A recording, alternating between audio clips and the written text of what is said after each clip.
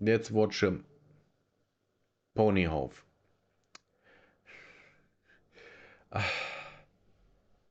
This is, as a German, this his name has a meaning. It's literally pony farm range. So yeah, this is quite something. Let's get into it. I adjust the audio when we are in it.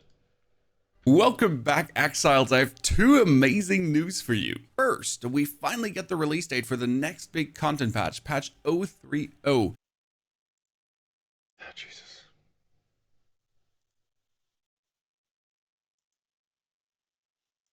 With a new league drastically changing the game and bringing a fresh economy again. This time, it will be different though. And second, there was an interview with Jonathan Rogers on a Chinese website about the future of Path of Exile 2 and what we can probably expect in patch 030.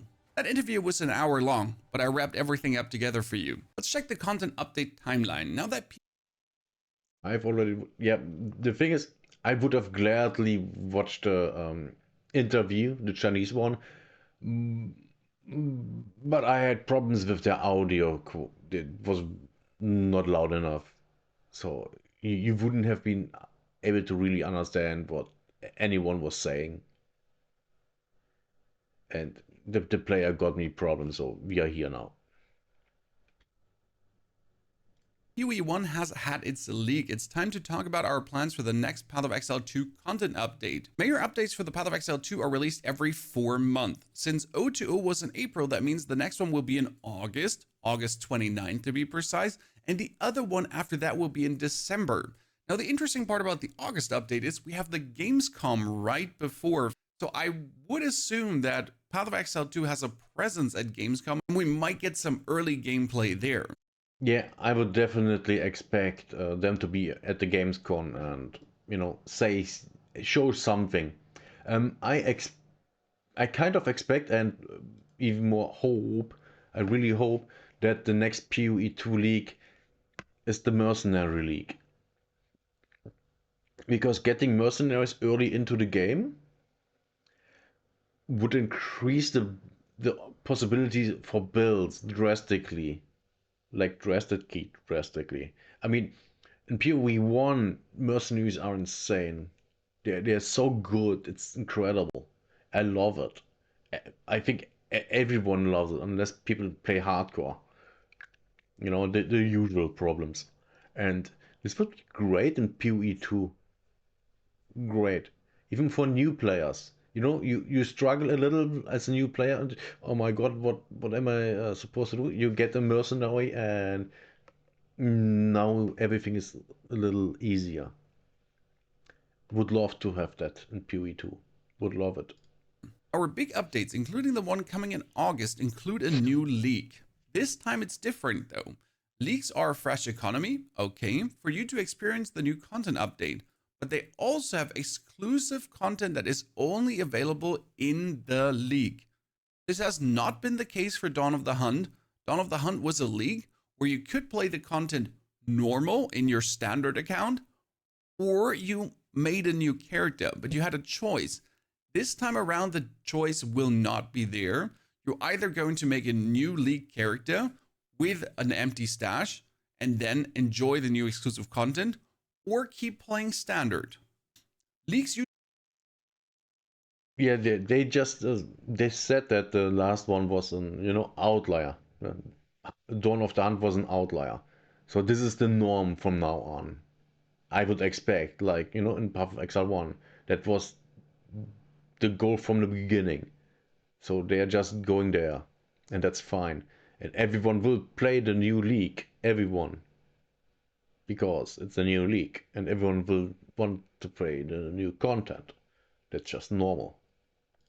usually contain a new combat mechanic, new rewards, new crafting options, and new bosses.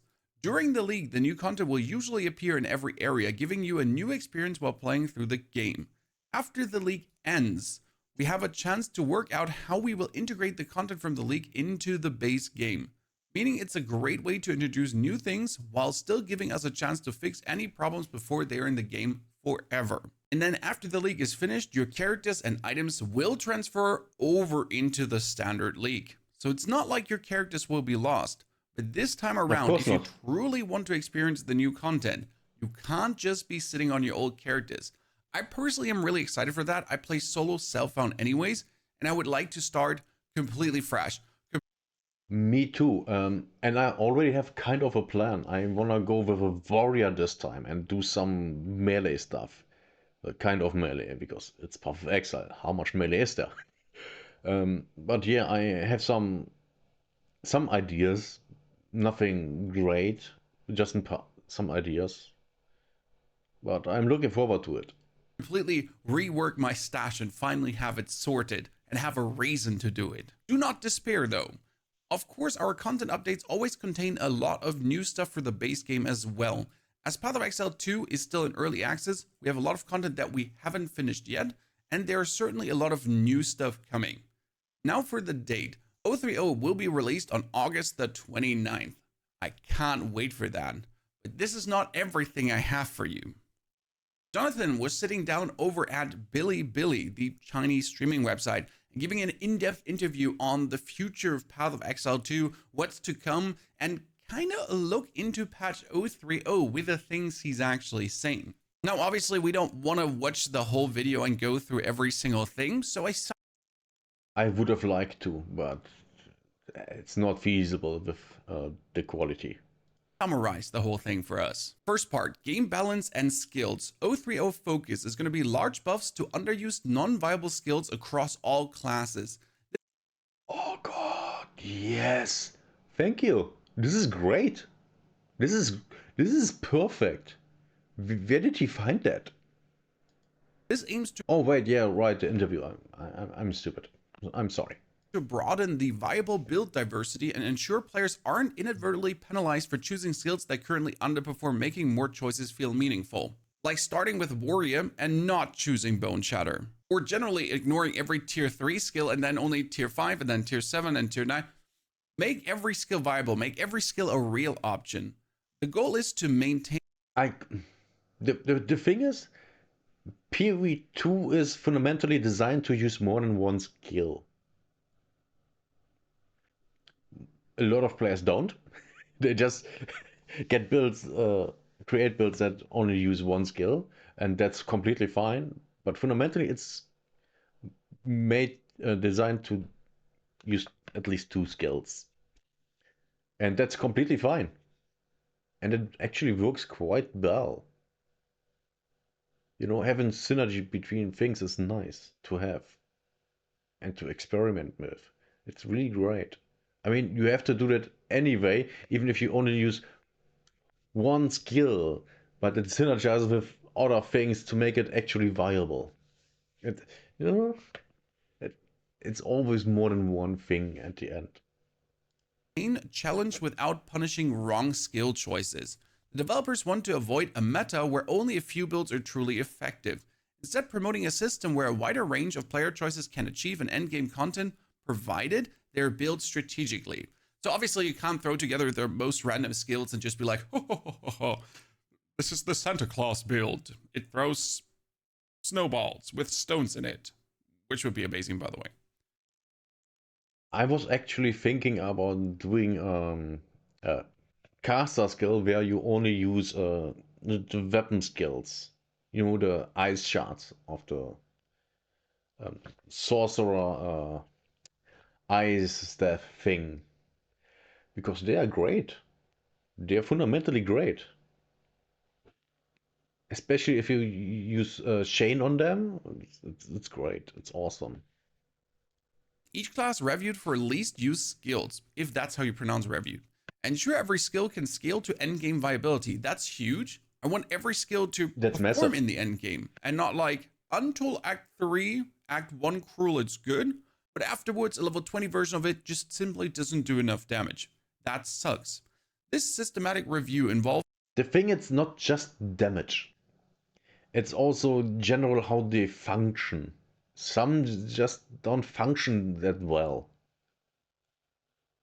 Like on a fundamental level. They are just eh. Or even, oh god, no. Like I I really don't like how Lightning Conduit works on Path of Exile 2. I have a in the current PoE 2 league again. I play again Lightning Conduit build. Like I think that's my tenth, the 10th Lightning Conduit character that I play, and it's fun until you reach the point where it's not that fun anymore. Mostly because you have to. It only works with two buttons, and that's kind of annoying when you just want to rush through the maps and level. But it still works really good. Basically, almost all trash mobs die in 2 seconds, maybe one. It's great. It could be better. Analyzing telemetry data to identify underpicked skills and then redesign them to ensure they possess clear scaling path and competitive damage utility outputs at higher levels of play. Ta-da. Then minion issues, generally speaking about pathing, clumping, boss fighting. They're very bad in tight areas, and it just feels super horrible. And in boss encounters, they can be partially completely nuked and not actually exist, and you're waiting more often than not to have them get revived. I Looking can see forward to that, yeah. these changes. Weapon speeds. Maces are the slowest and spears are the fastest. Axes and swords will be in the middle ground. One hand versus two hand speed gap is intentionally larger. This Okay. establishes a clear identity for each weapon type, impacting playstyle and build choices. The larger speed gap between one handed and two handed weapons emphasizes distinct tactical advantages, with two handed weapons delivering slower, more impactful hits, and one handed weapons offering faster, more frequent attacks. Would be nice if it was actually that way, because my very fast attacking monk with his two-handed staff goes whack whack whack, whack pop, pop, pop, pop, pop, pop, and everything just pops, whereas my warrior still goes. So it's not at the moment. It's not about the 200 versus 100. It's class based, which is bad. I mean, it's not bad, bad. It's just at the moment not really where it should be. And barely anything happens. Well, okay, Bone Oh, Shatter. I see something. He's German because this is German.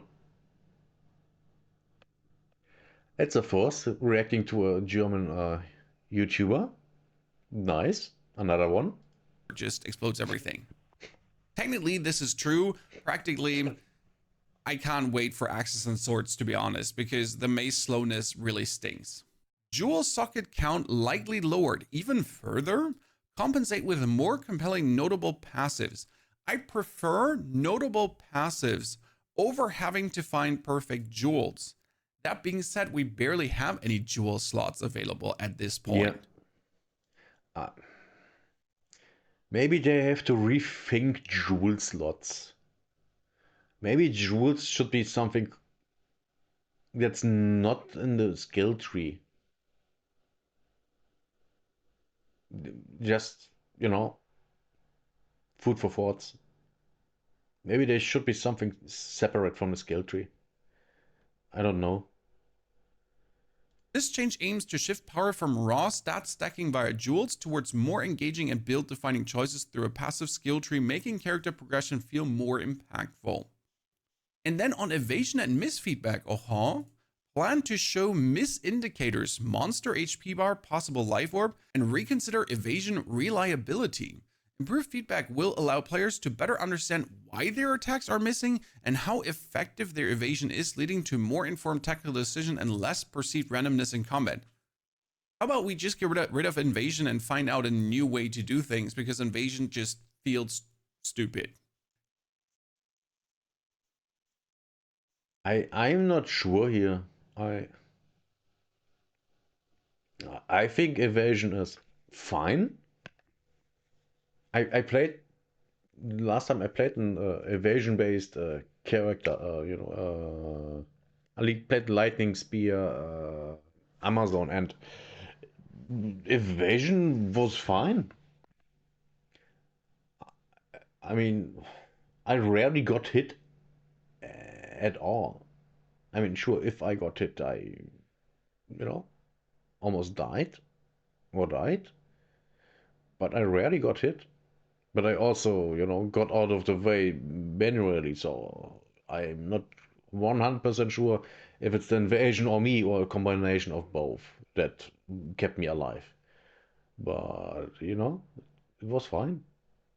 No problems. I do agree that we need more information. But that also goes for Path of Exile 1. We need more information. And I hate how the information in PoE 1 is presented. I think the UI for the character, when you press C and look at the stats, PoE 2 is way better organized. I wish I could switch from the PoE 1 to PoE 2 UI in PoE 1. That would be great. Campaign and progression. This one will make many of you happy. Double playthrough, normal plus cruel, slated for removal sooner than you think. Jonathan really in this interview Thank expressed you. he hates it. This change aims to streamline the initial leveling experience, reduce the repetitive nature of playing through the same campaign multiple times, and allow players to reach endgame content faster. Not sure about the faster part, but I Me really neither. I want Act 4, 5, and 6. It's truly the thing I need. Considering that we're at 030 and technically the early access should have lasted for a year, but we're not going to hit that. I mean, I'm not getting my hopes up that 030 will have the new acts in it, but I would throw everything out of the window for it. Every single balance change here, just throw it out of the window for the new acts, please. No, because there are other people working on it.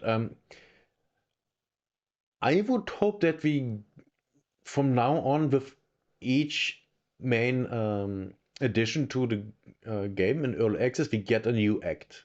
Now in 0.3, we get Act 4. And then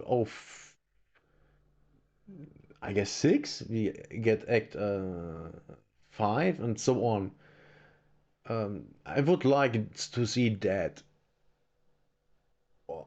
because that would be really really nice. Because I'm a person, um, I can't handle repetition well psychologically. That's also why back in the day when I was jogging, I had to switch up my course where I was running because I got depressed from always running the same course and seeing the same thing. That you know played with my head, and that's not good. That was frustrating and depressing, and the same is going on here in PoE 2, and I really, really, really don't like that. It's really not great. Campaign pacing to be sped up. Early crafting tutorials, weapon mods added, accelerating the campaign flow while integrating early tutorials will make the new player experience smoother, introducing core game mechanics progressively and reducing the learning curve before more complex systems are encountered. We'll see how that plays out with the patch. Then the level 95 XP curve will be eased. This adjustment intends to make achieving max level less of an extreme grind. I know a lot Okay. of you want this extreme grind, but it's been a bit lowered. To the endgame and the Atlas. Need more random encounters within maps. The current Atlas is too predictable. Increase the unpredictability of map encounters will boost replayability and reduce the feeling of routine, encouraging players to adapt their strategies on the fly. Generally speaking, from what Jonathan has said, it sounds like they want to populate maps more. They want to get rid of any feeling of emptiness in maps, meaning you're going to choke down monsters left, right, and center.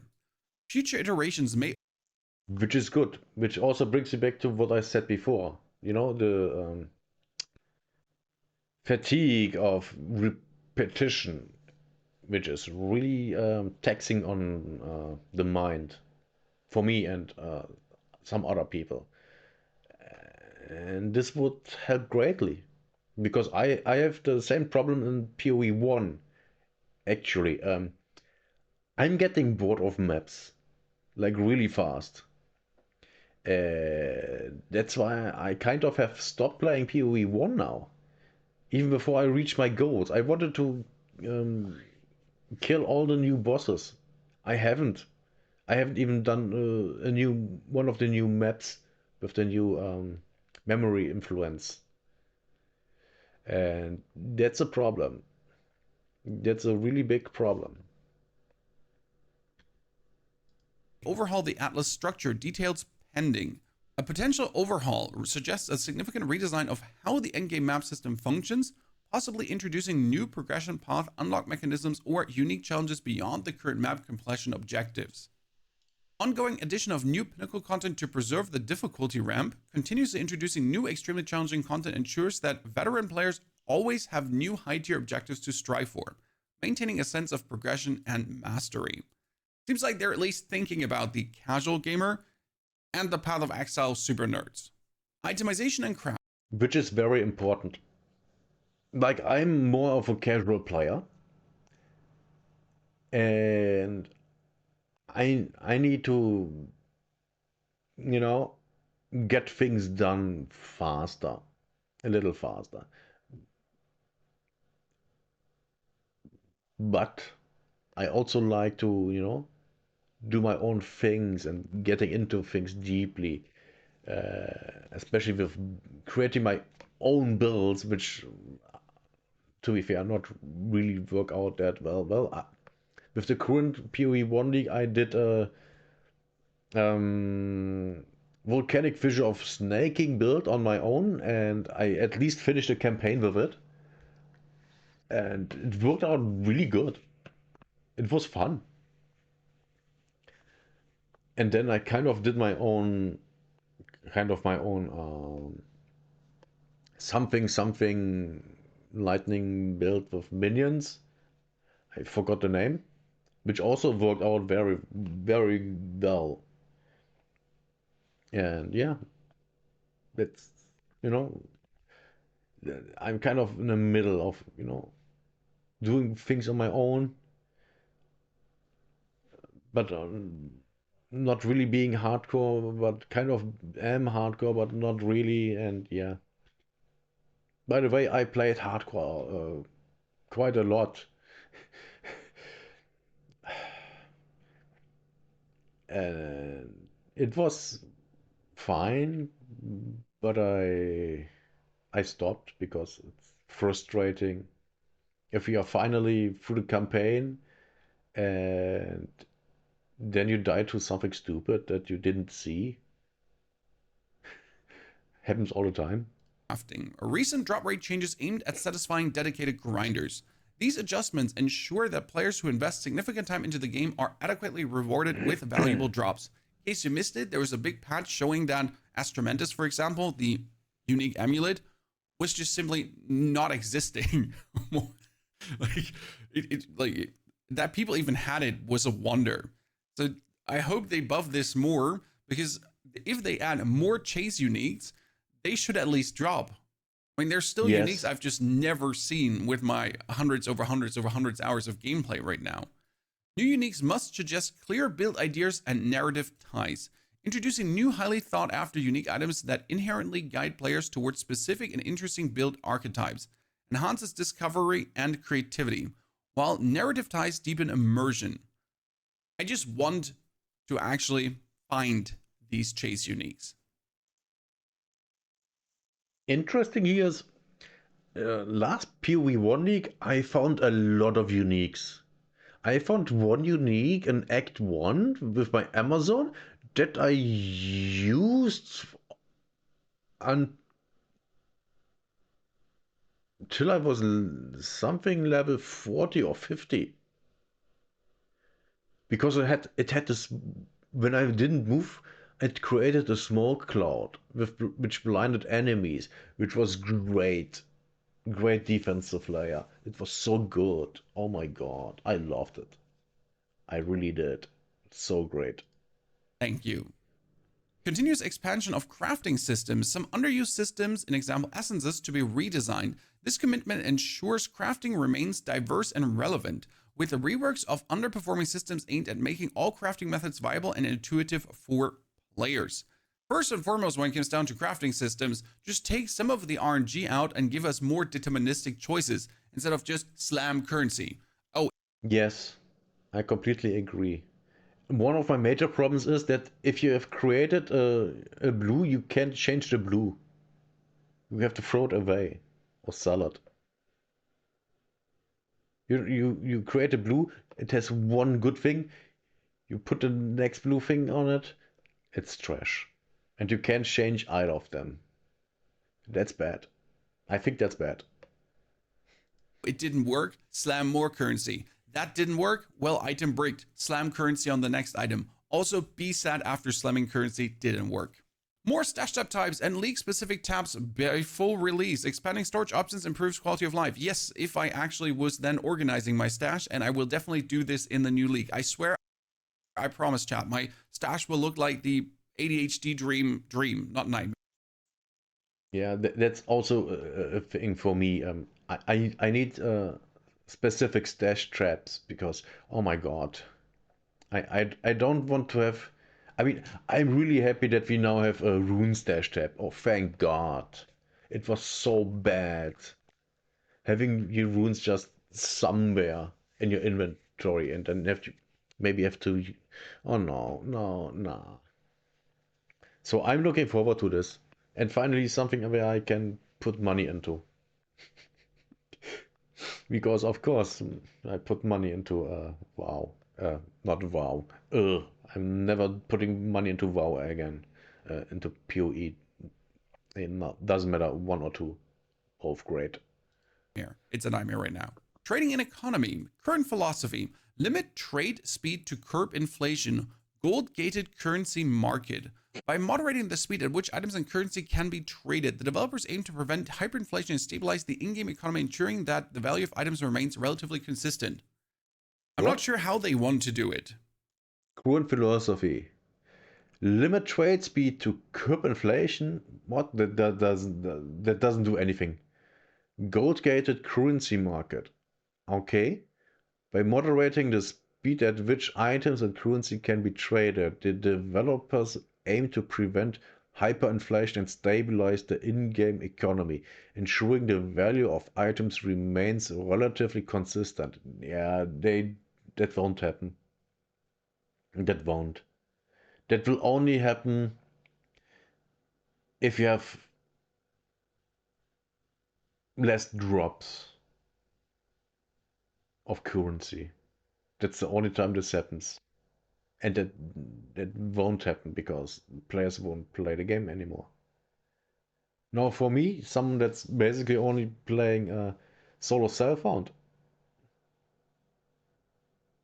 I don't really care. It would be nice to see, though, something to avoid inflation, to avoid people that buy currency on third party websites and have the market blow out of proportion. Working on a broader gold based trade system for non currency items before full launch. This indicates a move towards a more universal, user friendly trading mechanism for all items beyond just specialized currencies, potentially simplifying transactions and broadening market accessibility. Inflation. I think that's a good idea, but you have to be careful how to do that because it's difficult, like we see in the real world. Monitored gold remains bound, items tradable. Yeah, if gold is bound, you can't buy gold from the internet to then trade with it. So, Yes, yeah. Continuous monitoring of market dynamics allows for timely adjustment. Keeping gold character bound while making items tradable aims to maintain gold's role as a consumption resource rather than a primary trade commodity, further controlling inflation.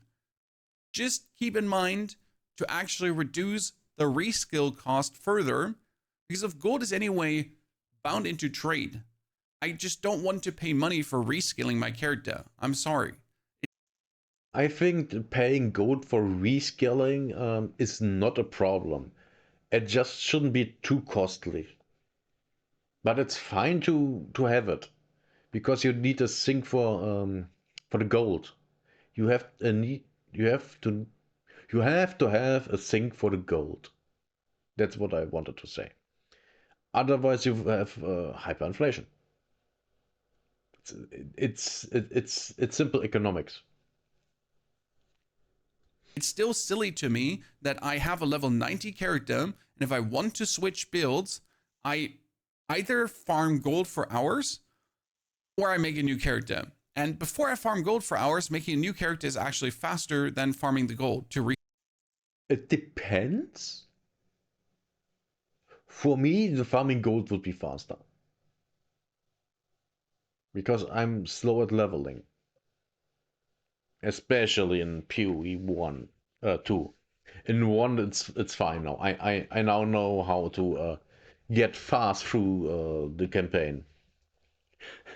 It finally clicked. Skill a character, and that shouldn't be the case. But that's just something on the side. Leak design and content cadence. Early access mostly reimagining versions of existing mechanics, as Marion Wisp replacing Tormented Spirits. This approach from early access allows developers to refine proven concepts and gather player feedback on iterated designs, ensuring a polished experience for new content without having to invent entirely new systems from scratch. Full release, brand new leaks every cycle, no repeats. Post full release players can expect a constant stream of fresh, innovative content with each new leak, ensuring long-term engagement. That's a nice promise, Jonathan, if it then works. Let's go back to that. Full release, brand new leaks every cycle. No repeats. Post full release, players can expect a constant stream of fresh, innovative content with each new leak, ensuring long-term blah blah blah. My problem here is brand new leaks every cycle, no repeats. For the ones who weren't there or who don't remember, when they announced that PoE 2 would be their own game, they also announced that the leaks of PoE 1 and 2 would be identical. Well, identical. You would first have a leak in PoE 1 and then in the same leak in PoE 2. This suggests that that's not going to be the case, which I think is bad. I think that's bad. They should have the same things. I think they should have stayed with the original plan.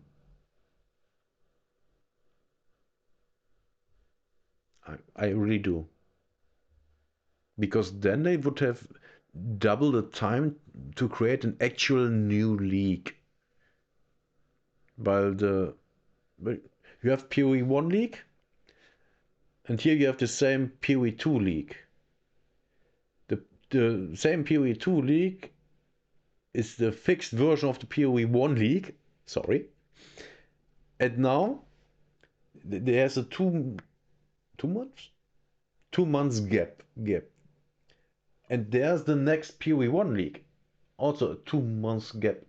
So we have 4 months to develop a new league. I think that would have been the better choice. Because now you have 2 months to develop a league. That's not enough time.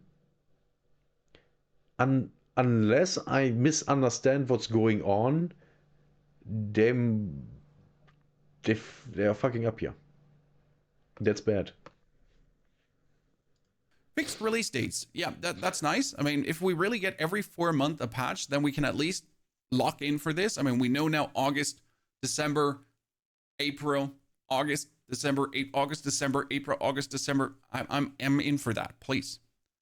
Quality of life and UI, and this is where it gets interesting. Pause screen overhaul. Hover monsters to view precise DPS, recent damage counters. This enhancement provides players with immediate actionable feedback on their combat effectiveness and inbound damage, aiding inbuilt optimization and tactical decision making in real-time scenarios. Let's look this. Pause screen overhaul. Okay, sounds interesting. Hover monsters to view precise DPS, recent damage and counters. This is insane. This is great. This is perfect. This is what we need. More information for the players. This is awesome. This enhancement provides players with immediate actionable feedback on their combat effectiveness and inbound damage, aiding in build optimization and tactical decision making in real time scenarios. Well, you are in a pause screen, so it's not really 100% real time, but it's great. This is a good decision. I completely support this. Considering damage logs and target dummy, but pause DPS readout preferred for real scenario accuracy. I would not mind a target dummy to really test some minuscule changes in the passive tree. Is this weapon better? These gloves better? Sometimes the DPS doesn't really give you a conclusive feeling in your skill tree, so you just want to blast away and see what comes out of it. He is correct. Absolutely correct. Items filters desired but lower priority than core issues, so that you can actually make item filters in game instead of making them on Neversing filter blade and then importing them. I don't think this is too big of a problem. We have these websites, we can get the item filters. It would be nice to build them in game, but planned VFX culling. Here I kind of disagree, because for new players, building an item filter in the game is the preferred method. Why? Because it's in game, it's right there. It's that simple. It's right there. So this is preferable. Absolutely, 100%. I mean, even for me, this is preferable. I would rather have that than having to um, every league start having to get new item filters from never fundamentally Zizarin. I use Zizarin's item filters all the time, and this would be better. Per skill to reduce on-screen clutter without hiding effect from other players. That's very important, especially for our mercenary who starts to lag the game. Oh, And they're that's working on the bad. multiplayer performance in general to make it that the actual visual clarity is prioritized and your skills are not blocking the view of your friends and your friends are not getting less performance because you're just blasting everything apart. Well, yeah. But he he left something else off out. um, max party size remains 6 to avoid visual overload. That's good. Limiting party size prevents scenarios where too many players and their associated skill effects create an overwhelming and unreadable visual experience, preserving combat clarity. Yes, I mean, some builds have have the screen completely unreadable already, just with one person. So I can completely see that having 6 people with builds like that, it's completely insane. Even if with not builds like that, it'd still be insane. And your friends are not getting less performance because you're just blasting everything apart. Roadmap highlights. We got the sword class essentially before launch. It is very important for the game in itself to have this middle attack speed class and to mix the swords in with the other weapons and also see how drop rates behave as we add another weapon into the fray. In It is generally, important, yeah. 030 will be greater build diversity, and I'm looking forward to it. Ladies and gentlemen, what do you think? Rather a new class or Act 4, 5, and 6? Because that was also mentioned in the interview somewhere that in order to push these things out, Act 4, 5, 6, it might be that they have to pull back the new class. That does not mean we're not getting more ascendancies, because we're still missing some ascendancies. So give us those in 030 with the new content leak. I'm looking forward to it. But tell me, what do you think in the comments below? Are you excited? Are we looking forward to actually play PoE 2 again? Because I certainly am. Well, I'm looking forward to playing it too. Um, I not having new classes, but the acts. How do I feel about that? I'm not sure. I'm absolutely not sure here.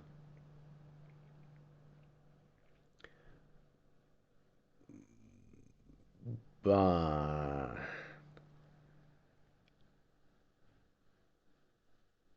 I'm really thinking that,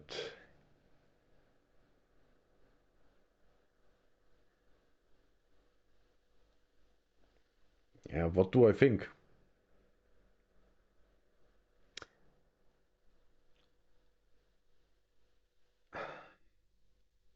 I think they should take their time. I think they should release one act with one class, and then the next update again one act with one class. I think that would be the wisest choice instead of if you have all six acts in the game, but only the classes we have in it right now, people will get bored. Even with the new three acts and the improved endgame.